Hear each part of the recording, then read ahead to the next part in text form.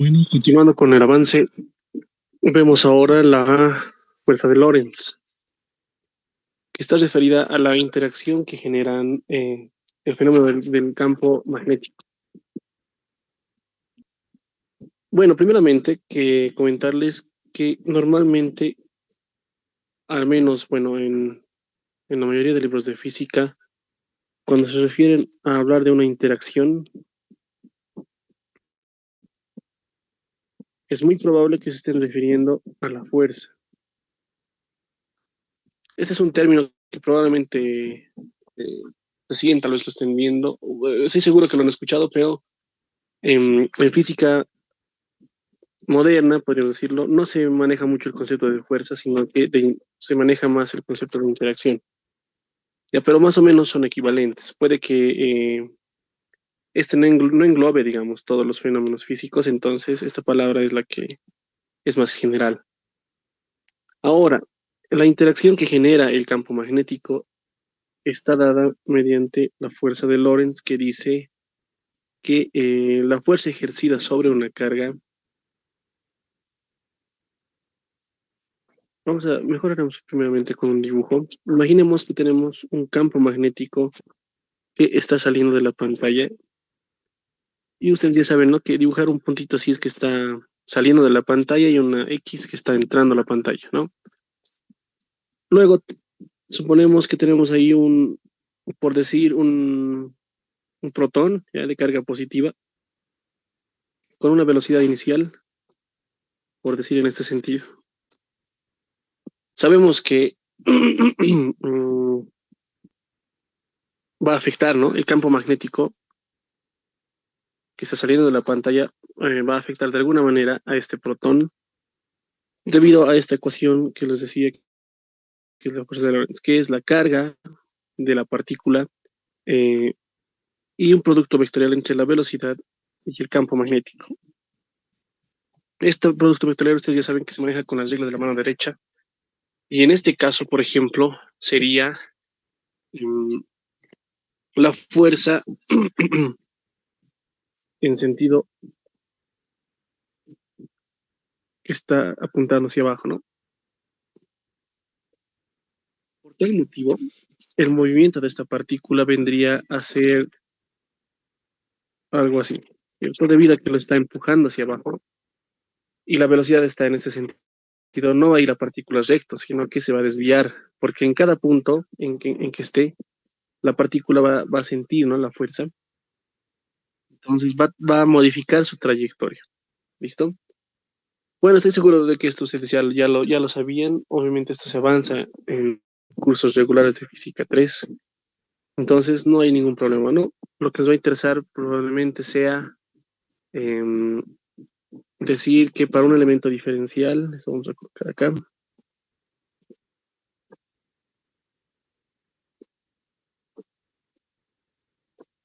que quede claro por si acaso que un campo magnético externo, ¿cierto? Es el que afecta a otra partícula.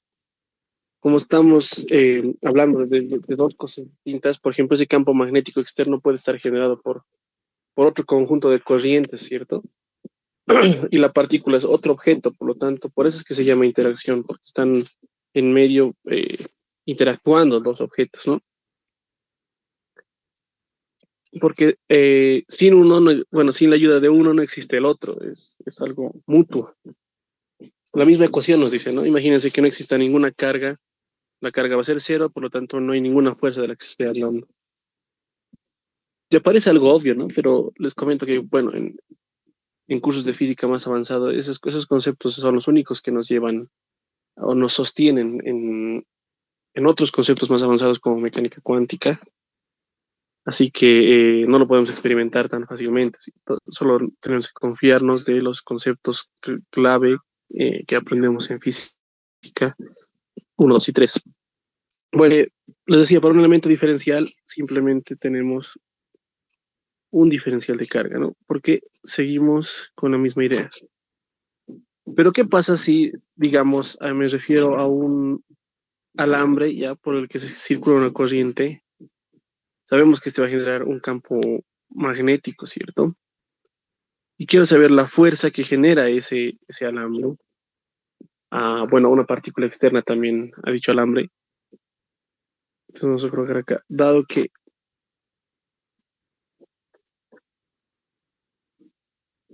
el diferencial de carga multiplicado por la velocidad es, esto ya saben, lo voy a manipular como la derivada de la posición respecto del tiempo. Y como una especie de ayuda, ya saben, vamos a agrupar estos dos términos y decimos que esto será igual a la derivada de Q respecto del tiempo multiplicado por la posición. Y sabemos que esto de acá es la corriente, ¿no? Finalmente, el diferencial de carga por velocidad también había sido corriente por diferencial del vector posición. Y si se recuerdan, en física 3 normalmente se usa más que esta ecuación, se usa esta otra, ¿no? Que ahora modificándolo, entonces la fuerza de Lorentz quedaría como corriente por dr multiplicado vectorialmente por el campo magnético. Ahí está. No vayan a confundir por si acaso con algo que ya habíamos avanzado, que es el campo magnético dado por la ley de Biot-Savart que decía esto, ¿no? Que es el vector. Fíjense que no es lo mismo, ¿cierto? Mucho cuidado porque parece, ¿no? Es muy parecido, solo cambian el campo magnético. Bueno, em, esta es una fuerza creada por este campo magnético, ¿no? Entonces hay que tener un poco de cuidado ahí. Pero esta corriente, por si acaso, no es cualquiera, ¿no? Como les había comentado antes, es a la que se está afectando. Entonces, igual, un poco de cuidado con esto. Esto sirve para, por ejemplo, cuando nosotros hemos avanzado el, en física 3, ¿qué pasaría si tengo dos alambres que apuntan una corriente en el mismo sentido, ¿cierto? Esta genera su campo magnético que está ahí girando, ¿no? Y, por ejemplo, afectaría en este punto de esta manera. Voy a llamar a esto I'. De la misma manera, ese esa otra corriente I' también tiene un campo magnético B', ¿no? Las velocidades para ambos se mantiene el sentido de la corriente como el sentido de los protones, ¿cierto? Recuerdan ese concepto que lo habíamos visto en capacitores. Entonces, la velocidad tendría en ese sentido. Si hacemos el producto vectorial, por ejemplo, acá la fuerza sería así.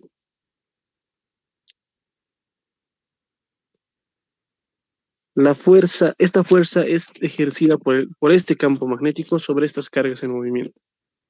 Y dicho de la otra forma también viene acá, ¿no? Que lo voy a llamar F'. Por lo tanto, si ustedes recuerdan esto, los hilos conductores se dice que se atraen. Y si las corrientes, por ejemplo, van en sentido contrario, se van a repeler, ¿no? Bueno, son conceptos que lo hemos visto en física y estaría relacionado con esto de acá, ¿no? Bueno, yo les recomiendo normalmente los ejercicios, lo que más vamos a manejar va a ser esta ecuación, ¿cierto? Y con qué se está refiriendo esto, ¿no? Porque he visto confusiones antes que en la ley de Biot-Savart, cuando escribíamos así, bueno, aquí el vector R, si eres al cubo, ¿no? Esto, por ejemplo, era la corriente, ¿cómo les diría? Fuente de este campo magnético. Pero esta no es la corriente fuente, es la corriente a la que se afecta, ¿no? Este campo magnético afecta a esta corriente. Así que un poco de cuidado ahí también cuando ya estén dictando la materia.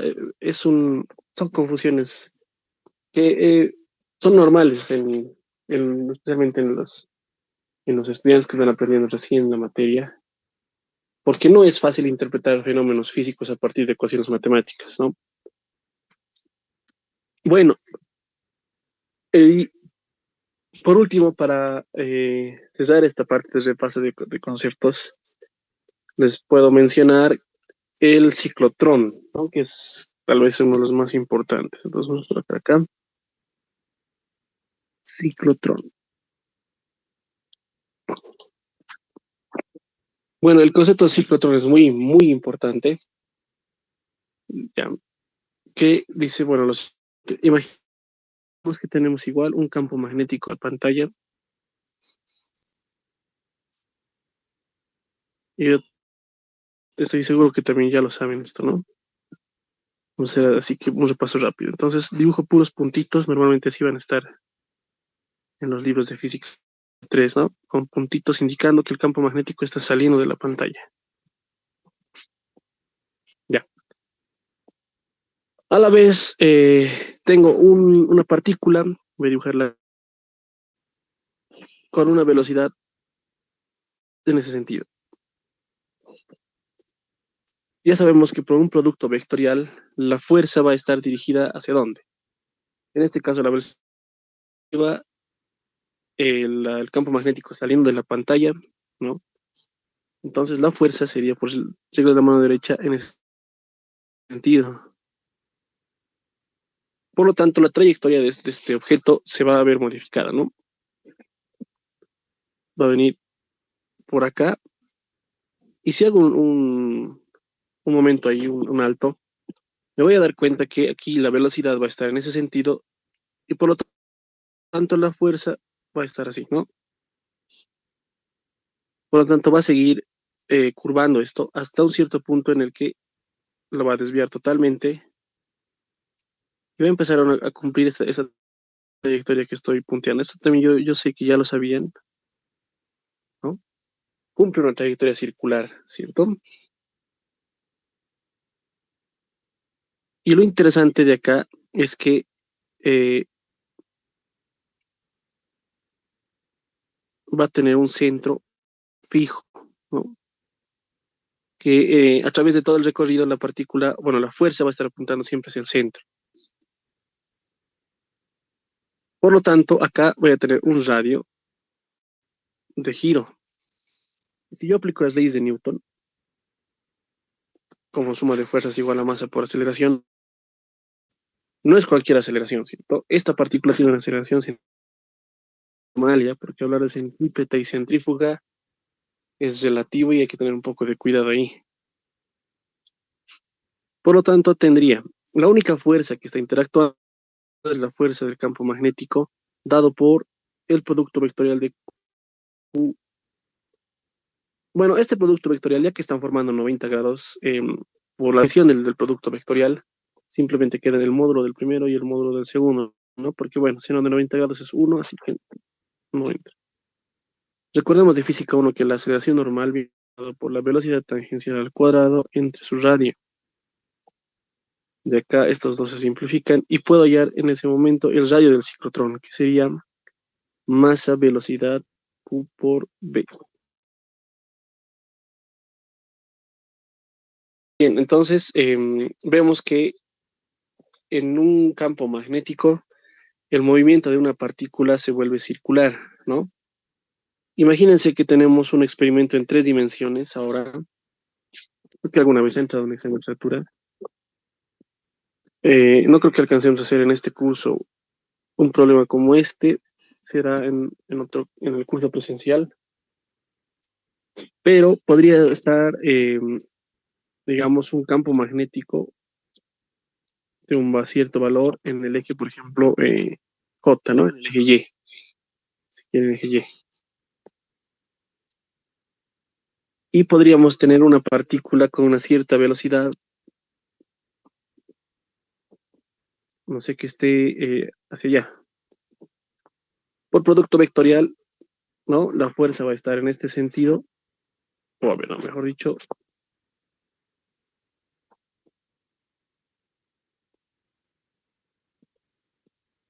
les indicaré rápidamente esto. Yo quiero que la velocidad esté así, entonces el campo magnético tiene que estar en otro sentido, ¿no?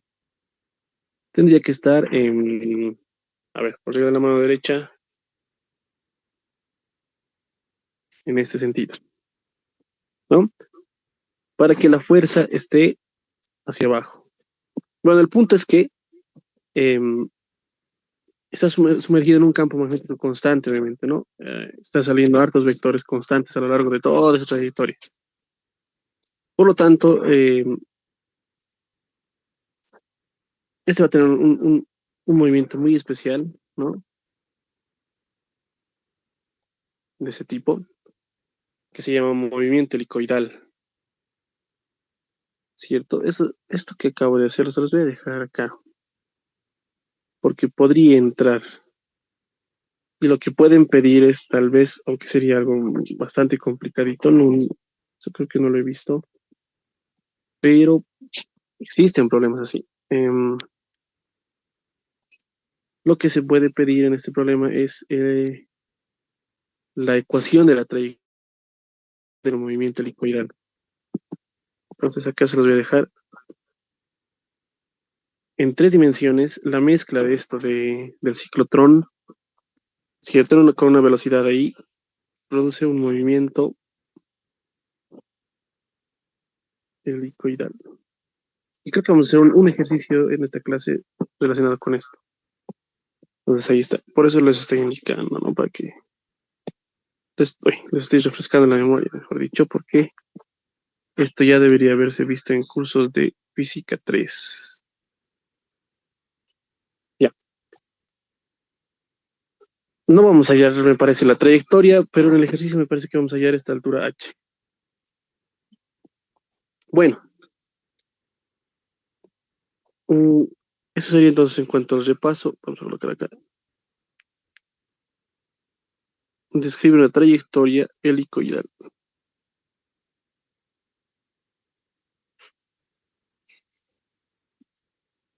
Listo. Pasemos entonces ya a los ejercicios, haciendo ya, completando con todo este repaso. Ya saben, nos vamos a enfocar directamente en el libro de Rodrigo Chi y los ejercicios que no estén resueltos. Un protón se dispara a una zona de campo magnético constante, ¿no? Tal como se muestra en la figura. Entonces ahí están los campos, los puntos de campo magnético constante. Si el protón de carga más E y masa M incide con un ángulo alfa en la zona de campo, determina el valor de la distancia D que recorre y el ángulo beta con la cual sale de la zona del campo. Ya, cuidado acá entonces. Pareciera este ejercicio que está refiriéndose a un movimiento parabólico, ¿no? Tengan mucho cuidado. Esto no cumple un movimiento parabólico por muchas razones. A ver, eso también son confusiones que he visto. En placas paralelas sabíamos que el campo eléctrico estaba de esta forma. Si ahí, por ejemplo, lanzan un electrón, bueno, en este caso, este punto son las cargas negativas, ¿cierto? Ese tendría que ser positiva la carga para que se vea atraído, ¿no?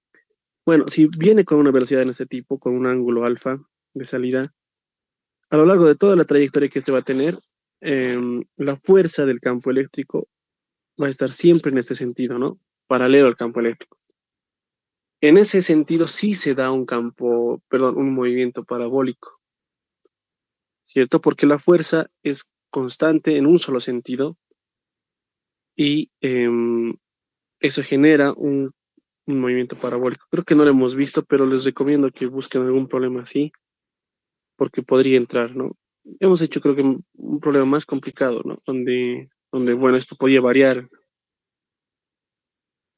Pero ¿qué pasa en este caso? La fuerza eh, no es constante hacia abajo del campo magnético, sino que cuando sale disparado, ¿qué pasa? Lo que hemos visto hace rato. Obviamente, seguro esto va a ir así, ¿no? Pero quiero ver si es parabólico o qué será. No se olviden, esa fuerza bueno, va cambiando de dirección, siempre apuntando a un punto en común, ¿no? Y generando, por lo tanto, un movimiento circular o semicircular en este ejercicio, ¿no? No es parabólico, ¿listo?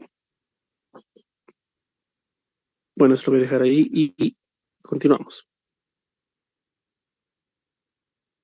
Es obvio que debido a que es un movimiento circular y está cortado con una recta, ¿no? El ángulo alfa y beta van a ser iguales. Entonces, no sé, pueden colocar así.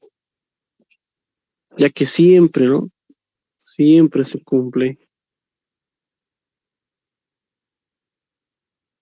un movimiento circular. Con eso podemos afirmar que alfa va a ser igual a beta, para empezar, ¿no? Bueno, luego voy a hacer un pequeño dibujito que voy a recalcar, no es movimiento. Ah, bueno, me estoy colocando un sistema de coordenadas, ¿no? Y ya sabemos que esto no cumple un movimiento parabólico, sino semicircular, ¿cierto? Y me están pidiendo hallar esta distancia D.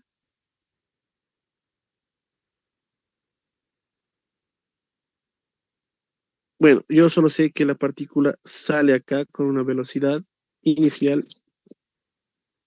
y el ángulo alfa, vean que se repite acá, ¿no? Es en este ejercicio, dado que está aquí abajo. Entonces, anoto los datos, sé que el campo magnético, por ejemplo, fíjense que está saliendo de la pantalla, entonces está en Z, dice, ¿no? El mismo problema nos da, aquí arribita de dato. ¿Cuál será la velocidad? Esa sí tiene componentes, ¿cierto? Su módulo aquí está y su dirección sería, en el eje X es seno de alfa y en el eje Y es coseno de alfa. Esta estoy descomponiendo, ¿no? Luego procedemos a realizar el producto vectorial que sería V por campo magnético, porque quiero hallar la fuerza, se dan cuenta, ¿no? Entonces tengo acá, me olvidó multiplicar los módulos, un momentito. Módulo del primero, módulo del segundo y las direcciones, ¿no? Este tiene seno de alfa, coseno de alfa, 0.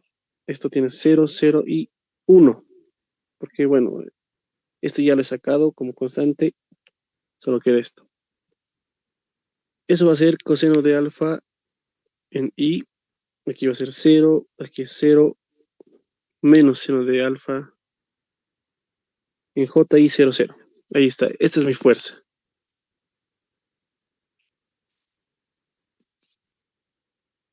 Por lo tanto, la fuerza entonces será, ya que solo es una carguita por eso recalca, ¿no? Con más E.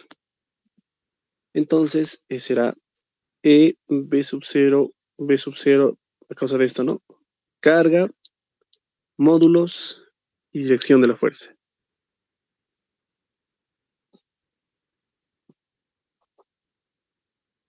Ahí está entonces mi fuerza.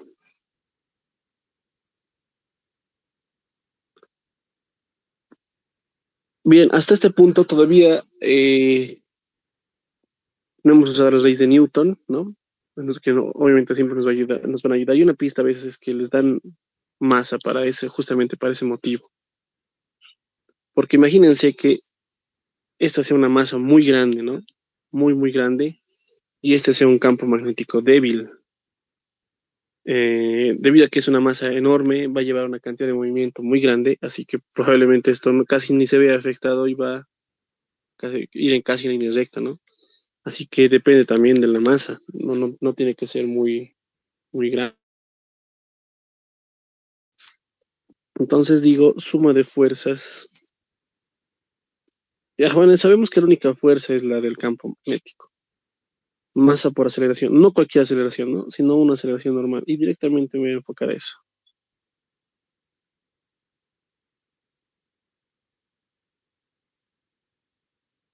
Y estoy hablando de módulos, ¿cierto? Así que aquí está el módulo. Es E, B sub 0, B sub 0. Masa por aceleración normal. Sabemos que la aceleración normal es la velocidad tangencial al cuadrado sobre el radio, que es el radio del ciclotrón, ¿no? Estos se simplifican y obtengo acá mi radio del ciclotrón, que sería masa velocidad sub 0, E por B sub 0. ¿Para qué me sirve eso? Porque voy a hacer el siguiente análisis. A ver aquí. Supuestamente mi partícula tiende a cumplir un movimiento circular, como hemos visto acá en el ciclotrón, ¿cierto? Si es que el campo magnético estuviera cubierto totalmente. pero no está cubierto totalmente en mi ejercicio, así que está cortado por acá, voy a dibujar. Tiene un límite, ¿no? Y lo que acabo de hallar acá en este radio del ciclotrón sería esto de acá. Eso es lo que tengo. Luego puedo sacar el dato del ángulo alfa. Sé que esta tangente es alfa, por lo tanto, esto otro de acá, no sé, va a ser un pi menos alfa, por lo tanto, esto será alfa. Está de más decir esto, ¿no? Que también es alfa. Y acá tengo lo que quiero encontrar, que sería la distancia de toda esta parte superior. Bueno, simplemente acá hacemos la ley de cosenos.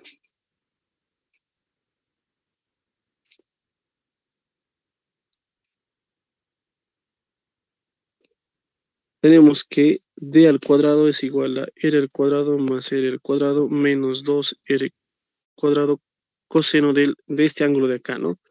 Que sería pi menos 2 alfa. Simplificando entonces esto, tendríamos acá 2r cuadrado menos 2r cuadrado. Coseno del primero es menos 1, seno del segundo. Entonces queda así.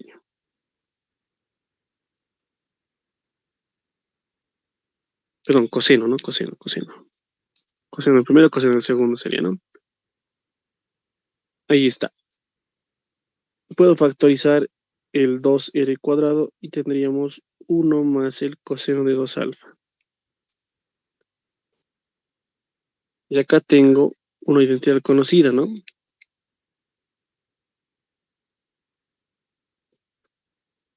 De la identidad que dice que 2 coseno al cuadrado de alfa es 1 más el coseno del doble ángulo.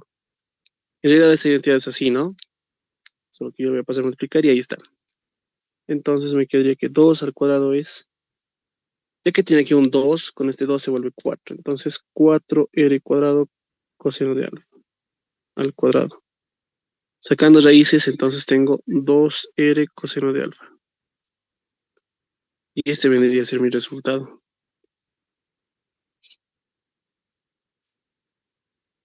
Entonces, bueno, ahí está. Pasamos al siguiente ejercicio.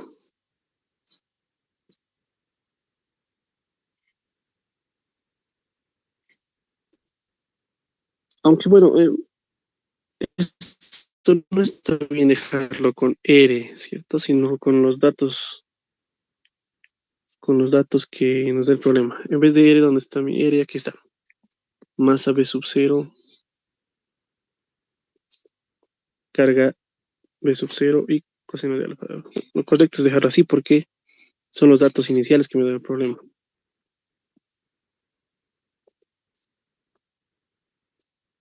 Bien, este otro problema. Dice, una partícula de masa M y carga Q que está sometida a una influencia simultánea de un campo eléctrico oscilatorio en dirección vertical. Lo voy a explicar con calma. Vean que tenemos ahora un campo eléctrico, ¿no? Y un campo magnético constante en la dirección horizontal P en X. Aquí están los vectorcitos, nos están ayudando y es clave resaltar que este campo eléctrico no es un campo que está siempre en una dirección constante como esta, sino que va cambiando y de hecho va oscilando en dirección Z. Eso quiere decir que en otro tiempo esto va a ser más pequeño, esto más pequeño, punto. Aquí va a empezar a crecer y va a empezar a decaer, otra vez va a crecer. ¿Se entiende, no? Es oscilatorio. Y en ese comportamiento tiene entonces el campo eléctrico. Si la partícula parte del reposo, entonces acá tengo una partícula que está quieta en un instante, nos dice entre las componentes X y Z de la aceleración de la partícula. Inciso B, la velocidad, ¿no? Enfocados en una sola forma de resolver. Es bien complejo este ejercicio en el sentido de que tenemos que resolver un sistema de ecuaciones diferenciales. A ver, vamos a formar ese sistema, ¿no? Yo digo que la fuerza Bueno, ahora sí puedo decir la suma de fuerzas porque ya que tengo un campo eléctrico, tiene una fuerza de Coulomb ahí, ¿no? Es masa por aceleración. Entonces, bueno, de una vez anoto acá que tengo la carga, campo eléctrico, fuerza de Coulomb, carga, velocidad por campo magnético, fuerza de Lorentz. Esto es igual a masa por aceleración. Entonces ahí está, ¿no? Me falta encontrar, bueno, este término porque ella lo conozco. Un momento voy a hacer ese producto vectorial.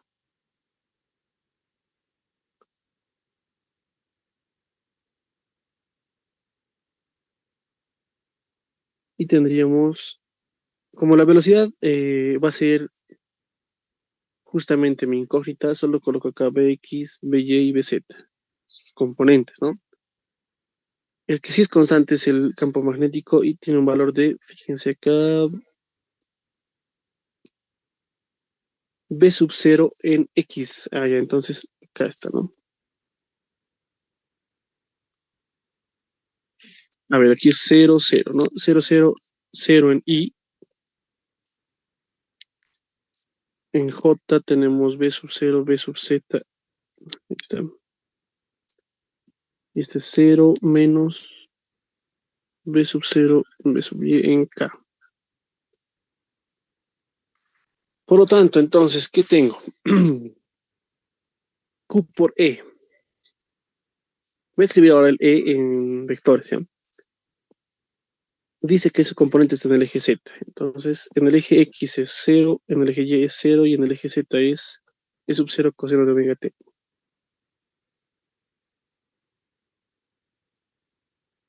Listo, ahí está. Ahora escribo esta multiplicación de acá. Más Q veces. Voy a factorizar el B sub 0 para no escribir tanto. Y en el eje X tengo B sub Z, en el eje Y no tengo nada y en el eje Z menos B sub Y. Igual a masa por aceleración, ¿no? Aceleración en X, aceleración en Y, aceleración en Z. Bueno, hago esta suma de vectores, entonces tendríamos, bueno, aquí 0, 0, ¿no? Más Q B sub 0, B sub Z, ¿cierto? En el eje X, en el eje Y no hay nada, 0.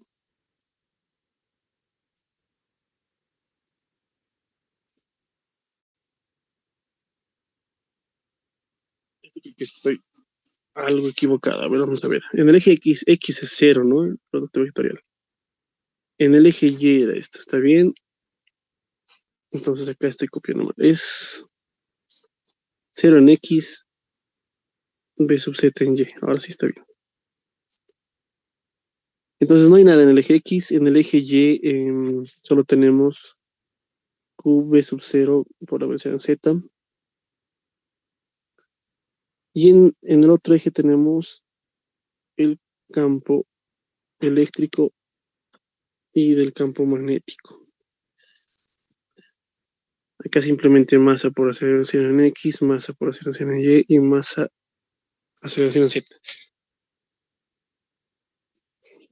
Y ya está, ¿no? Con eso ya estaríamos listos. Tenemos dos vectores, los igualamos sus componentes y tengo masa por aceleración en X es igual a 0, masa por aceleración en Y es QB sub 0, velocidad en Z, y masa aceleración en Z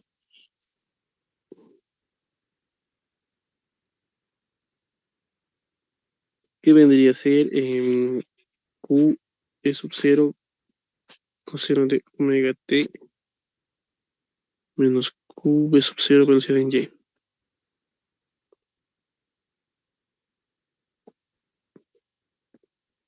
Ahí está el sistema de ecuaciones y reescribimos en una forma que sea más fácil de resolver y como está expresado en el libro, ¿no? El resultado en el libro, por ejemplo, está así. Segunda derivada respecto de X, entonces tendría simplemente así, ¿no? Porque la masa pasa a dividir. Ahí está, esta es la aceleración en el eje X. Acá, la aceleración en el eje Y es igual a Q sobre M, B sub 0. B en Z sería la primera derivada de Z. Acá tengo z segunda q sobre m e sub 0. Primero voy a anotar el negativo de esto. Q sobre m b sub 0 derivada de y menos q e sub 0 coseno de omega t. Y ahí está. De esta manera está expresado el resultado en el libro. Es lo que me pide, ¿no? Las componentes de la aceleración en x y z. Ahí está. Y como les decía ahora, la verdad es que si es que esto entraría al examen de estructura, dudo que... Bueno, esto tal vez lo podrían cambiar en el eje... Bueno, ese sería el campo eléctrico, ¿no? Puede que lo pongan un poco más sencillo para que las resoluciones de ecuación diferencial sean más fácil. ¿Ya? No voy a resolver la ecuación diferencial, pero se los voy a colocar aquí la pauta y obviamente tomar en cuenta ciertas respuestas. Si no, nos las pasaríamos toda la clase resolviendo, ¿no? Pero sería bueno que como tarea ustedes lo resuelvan. Resolver el sistema de ecuaciones diferenciales.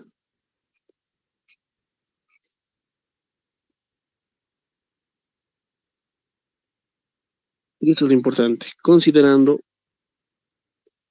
las condiciones iniciales, ¿no? Porque obviamente al integrar les va a aparecer ahí constantes. A ver, la posición, ya bueno, esto me he dado cuenta que usa las siguientes condiciones iniciales. Y esa es la ventaja que les voy a dar. No está en el libro, sí. Primero que nada, esa es la primera condición inicial.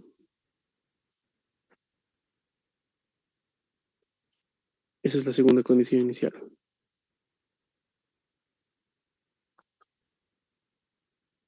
Entonces, ¿qué significa esto por si acaso? La posición en el tiempo cero es igual a cero, parte del origen, ¿no? O sea, ustedes individualmente pueden hacer eso, ¿no? Esto quiere decir que x de cero es igual a cero, y de cero es igual a cero, y z de cero es igual a cero. Y acá dice sus derivadas porque parte del reposo, ¿no? Entonces, x punto de cero es igual a cero, y punto de cero es igual a cero, y z punto de cero es igual a cero. Entonces, vean que todo este conjunto de condiciones iniciales en un problema en tres dimensiones se resumen, por ejemplo, así directamente. Bueno, para ser más estrictos, en libros de física se nota con su vector posición. Con esas condiciones iniciales les va a salir el inciso B, ¿ya?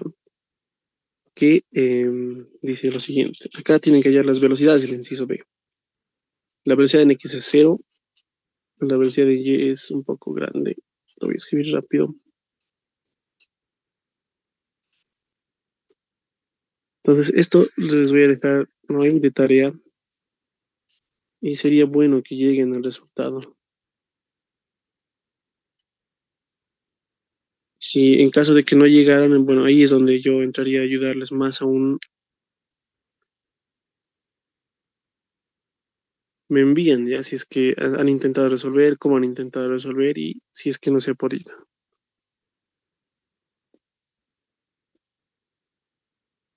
Ahora acá básicamente es lo mismo. Acá voy a aprovechar esto, excepto que acá no es cuadrado. Entonces esa sería, ¿no? La primera, bueno, integrando una primera vez. Es nomás larguito. Por eso les decía que nos puede llevar toda la clase. Y este sería entonces el inciso B, solo las velocidades. Imagínense,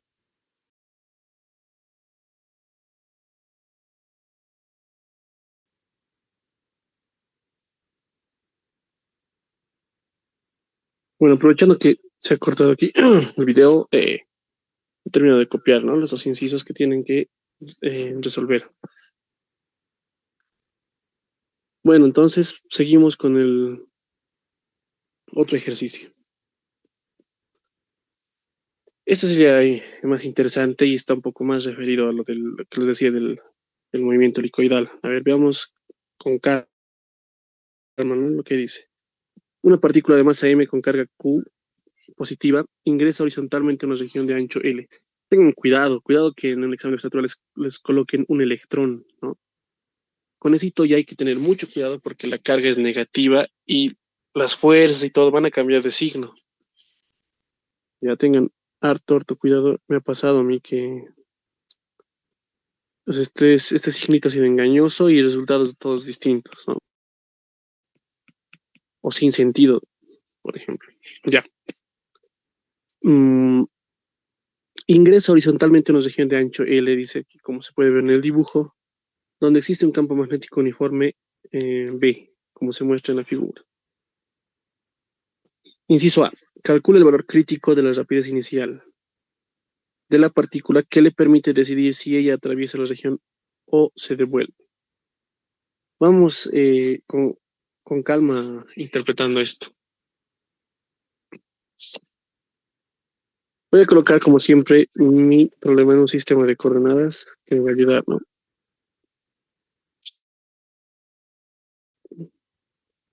Voy a colocar acá mi partícula para hacer, ¿no?, de entrada. Y como podemos ver, este va, si es que se sale, bueno, va a ser algo así. Y sabemos que esto es de ancho L, ¿no? O sea, coordenada L, digamos, ahí.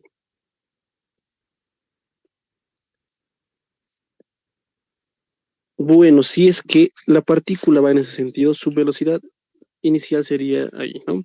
En el X.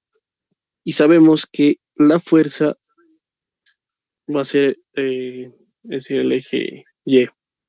Y en cada instante va a pasar, ¿no?, que la fuerza hacia un centro en común, ya sabemos.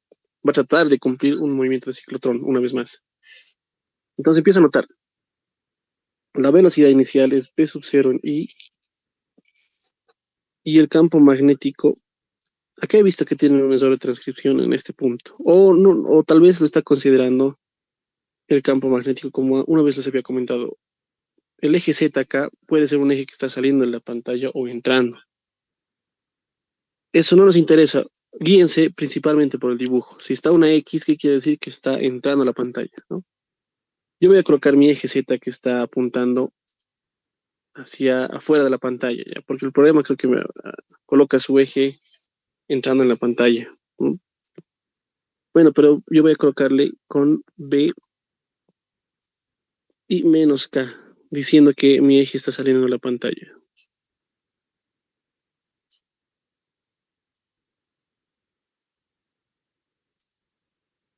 Es que solo si hago esto, dense cuenta que va a tener vectores de fuerza. Porque si coloco yo mi eje, el problema, bueno, la trayectoria va a ser hacia abajo más bien. Ya. Posterior a esto, hacemos el producto vectorial y hallamos la fuerza.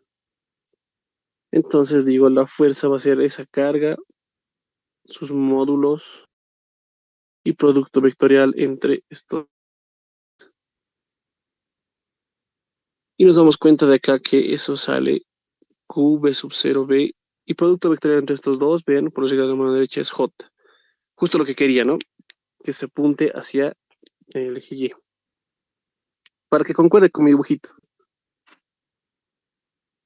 Ahora, la única fuerza que está actuando acá es la del campo magnético que tiene Q, B sub 0, B. Y sabemos que esto tiene una aceleración centrípeta, aceleración normal. Y sabemos que acá es radio, ya hemos hecho muchas veces, nos va a salir este valor.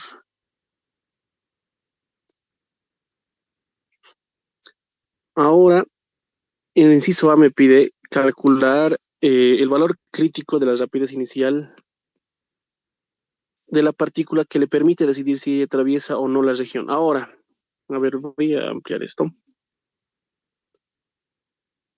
Ahí, un rato nos quedaremos. Lo que va a pasar es que cuando la partícula esté aquí, me está diciendo el valor crítico. Ese va a ser el punto en el que este va a describir una trayectoria circular cabalito va a llegar acá antes de que volverse, porque va a querer girar, ¿no? En una especie de ciclotrón. Entonces el punto va a ser cuando llegue justamente al máximo, en el que realmente no sabe si va a salirse por aquí o va a seguir su trayectoria. Ese es el punto crítico. Como está completando básicamente, ¿sí sería, no? Como está completando la semicircunferencia, da la casualidad de que ese radio de ciclotrón es justamente el valor de L para el punto crítico, ¿no? Por lo tanto, eso es lo que anotamos en nuestro ejercicio. Con eso terminamos este inciso.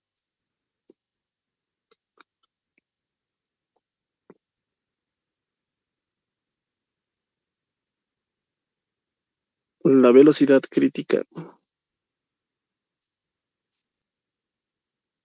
se dará cuando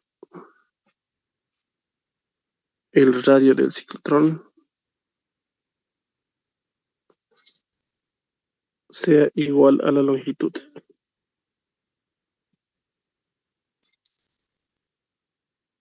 En otras palabras, era igual a L.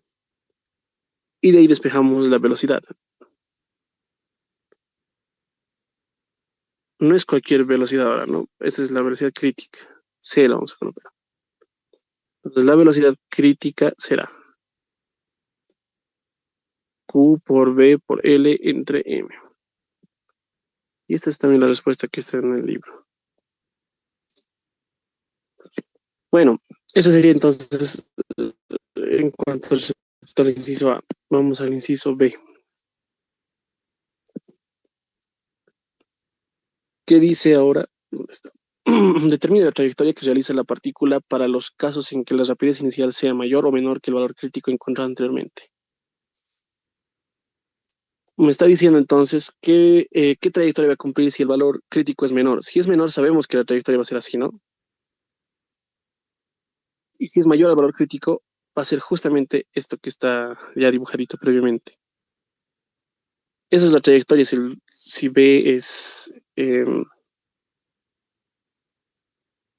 gustaría dejárselos este dibujo acá. ¿Cómo puedo hacer?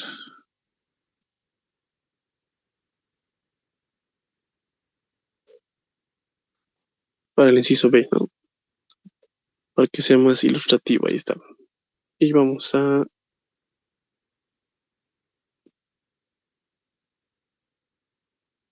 recortar.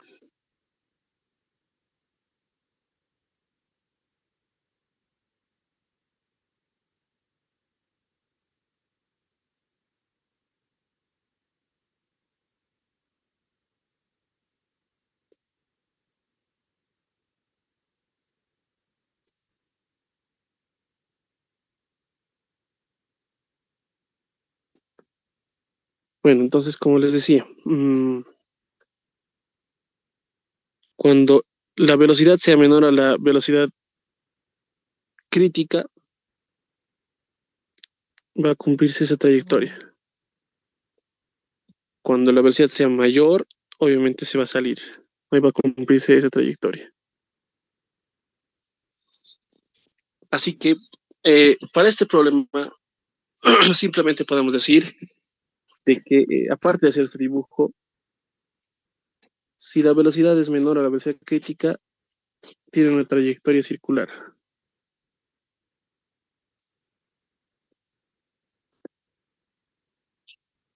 Y si la velocidad es mayor a la velocidad crítica, bueno, no es una trayectoria definida, ¿no? Entonces simplemente sale del campo magnético. Porque estrictamente hablando, hasta aquí va a ser una trayectoria circular y de ahí va a ser una trayectoria lineal, ¿no? Y eso sería todo. Solo nos dice explicar las trayectorias, ¿no? No nos dicen encontrar la ecuación. Tampoco en los resultados no están ecuaciones. Que la verdad es que no es tampoco imposible de hallar. Inciso C. Suponga que ahora la velocidad es, ahí está. Ahora está metiendo la velocidad en el eje Z en 3 dimensiones. Determine la altura con la que sale la carga de la zona de campo. Esto lo haré con calma ya, porque podría entrar a su examen de asignatura. Entonces, el dibujo no está en tres dimensiones, pero yo lo voy a hacer para que sea igual, se entienda esto. Ahí está mi eje X, mi eje Y y mi eje Z. Todo esto está en el eje X y de paso tengo un campo magnético que está con un ancho L, ¿no? Ahí digamos que es L. Acá están entrando, entonces, bueno, solo voy a hacer unas cuantas X ahí, ¿cierto? Porque ya tenemos el dibujo. Ahora la velocidad, fíjense que nos da es B sub 0 en X y B sub B en Z,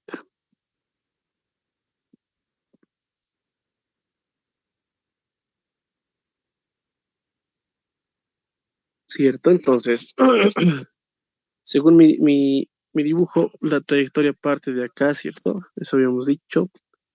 Y antes iba así, ¿no? Su trayectoria. Ahora dice, con esta velocidad, determine la altura con la que sale la carga de la zona de campo. Considere distintos casos a partir del valor encontrado en la parte anterior. ¿A qué altura se está refiriendo? A ver, cuando el valor supera el valor crítico, saben ustedes bien que esto sobresale, les decía, ¿no? Cuando hablábamos en el plano XY. Pero debido a que esta velocidad ahora tiene una velocidad en el eje Z, o sea, esta partícula ahora sale así, ¿no? Por lo que esto no está en el plano XY, o sea, sube un poquito. Ya, en el caso de que, véaselo aquí también, no, sabemos que esta es su velocidad. Si la velocidad es mayor a la crítica, ¿qué va a pasar con esto?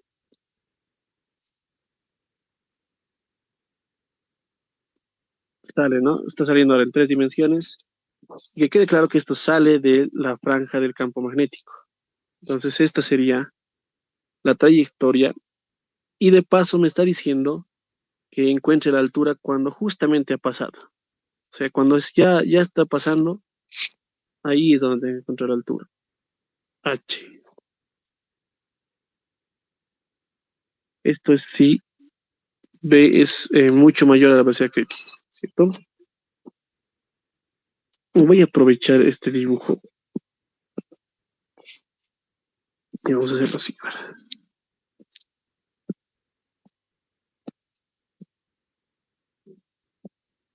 Ya, ¿qué pasa ahora en el otro caso?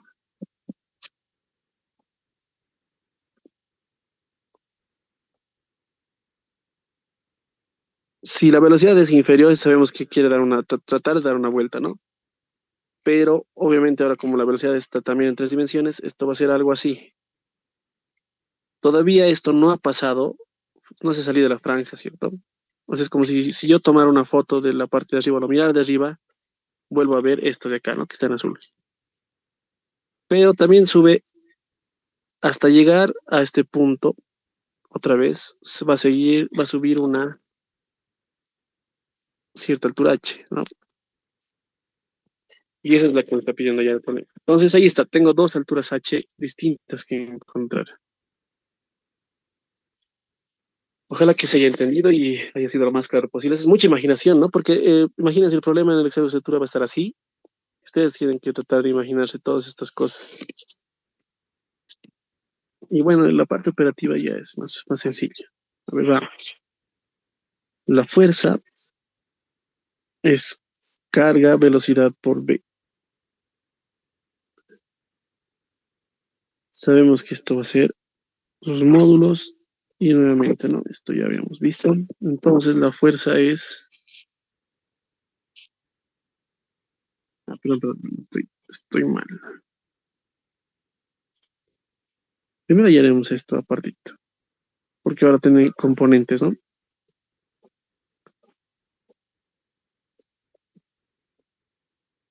Cada vez hago mal, esto va a tener cuidado, ¿no? Al centro.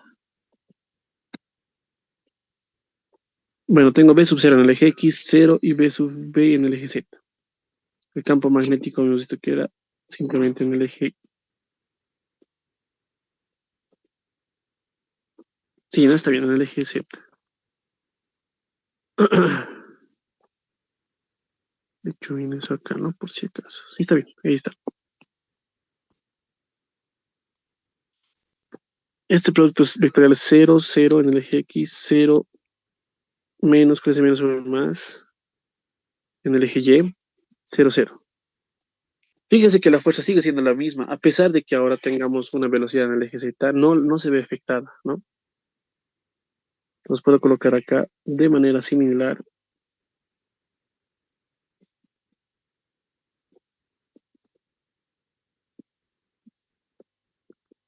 Más. Sé que mi radio del ciclotrón es masa velocidad Q por B. Si es que se da este caso, ¿no? Ya, ¿para qué hacer otra vez suma de fuerzas, aceleración centrípeta y todo lo demás?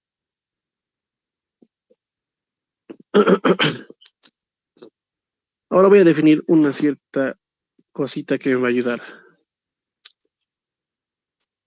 Nuevamente voy a referirme al eje, digo, al plano XY.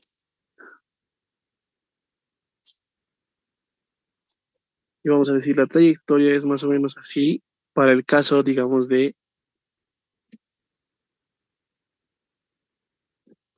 que se sale, ¿no? Cuando este es L. Vamos a ver, está por aquí. Yo me voy a ayudar con algo, ¿ya? Y va a ser justamente esto. Sabemos que en en esta pequeña parte trata de cumplir un movimiento circular. Yo voy a tomar un ángulo alfa y me doy cuenta que se forma un triángulo rectángulo, ¿cierto? Y si digo 0 de alfa es el cateto opuesto, que es el ancho L, sobre la hipotenusa, y la hipotenusa ya es conocida, es justamente el radio del ciclotrón. Entonces, de acá, tita, el ángulo tita va a ser el arco seno de L sobre R. Y de hecho, R ya conozco, entonces, eso sería, aquí está, ¿no? LQB sobre MB sub 0.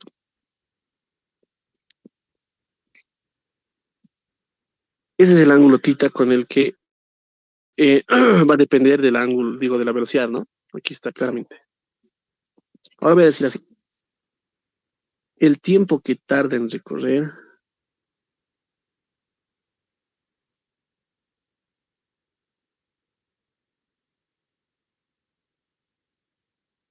un ángulo tita, entre comillas, es, ya que está cumpliéndose un movimiento circular, ese tiempo es así, ¿cierto? Pero esto ya lo conozco, por si acaso sale de acá mismo, ¿no? De acá mismo.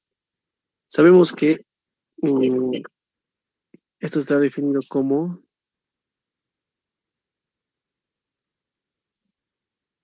sí, ¿cierto?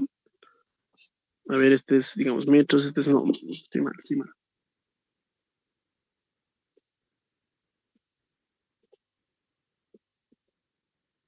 Sí, ¿no? Entonces, fíjense que de acá, si yo construyo esto, tendríamos Q por B entre M es igual a B sub 0 sobre R. Conclusión, la velocidad angular había sido Q por B entre M. Por lo tanto, ya sé que esto tiene este valor, ¿no? Entonces ese tiempo será tita sobre omega. Tita aquí está y sobre omega. Entonces de una vez voy a hacer extremos y medios y tendríamos arco seno de LQB sobre MB sub 0. Y ahí está. La altura alcanzada va a ser.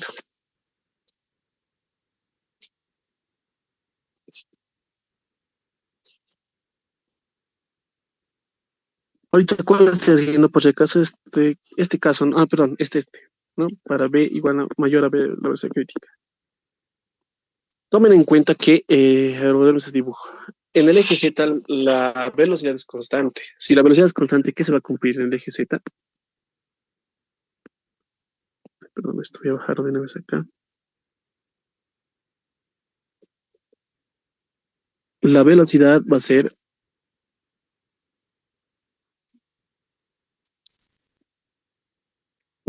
distancia, que es la altura que quiero hallar, sobre tiempo. Entonces, h es b sub v por tiempo, y ya, con eso se acabó para el primer caso. Entonces, esto será m b sub 0, perdón, ahora es b sub v, ¿no? La velocidad del eje z, arco seno de LQB sobre MB sub 0.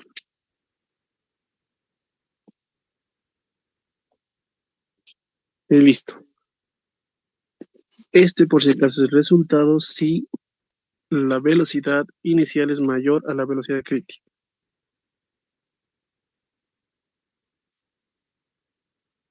Ahora, para el caso en que la velocidad inicial va a ser menor a la velocidad crítica, tomen en cuenta, voy a colocar acá, ¿no? Dará medio giro. Ya sabemos por qué, ¿no? Yo lo he dibujado aquí arriba. Está en azul. Dará medio giro sin salir de la región, ¿no?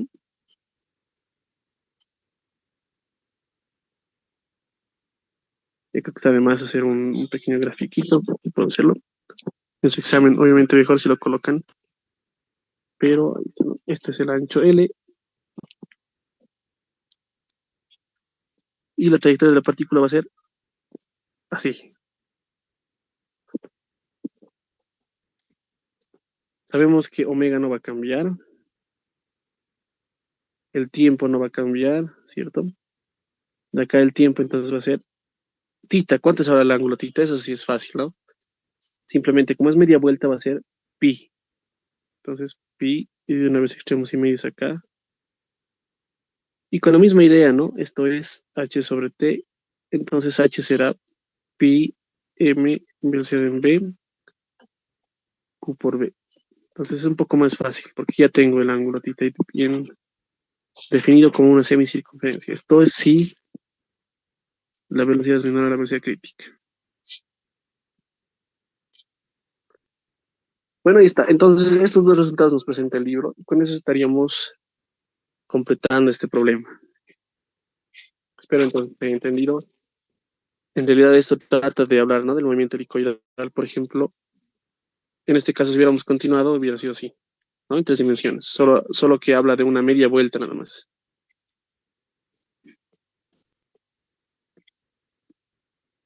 Bueno, vamos a ver cuántos.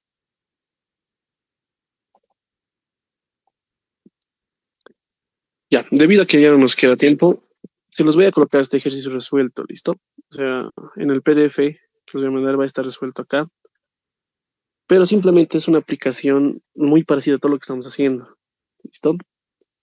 De que, bueno, lo van a ir leyendo ustedes en el problema ya, y bueno, pida ya, ¿no? ¿Qué corriente debe pasar por la bobina para que la esfera quede en equilibrio? O sea, aquí está circulando una corriente, y para ver, ¿no? Que esta esfera esté ahí quietita. Demostrar que el ángulo, perdón, demostrar que el resultado no depende del ángulo tita. Solo se va a aplicar más conceptos de física 1 acá y de torques, ¿no? Y obviamente como tenemos un campo magnético de fuerzas magnéticas, ¿listo?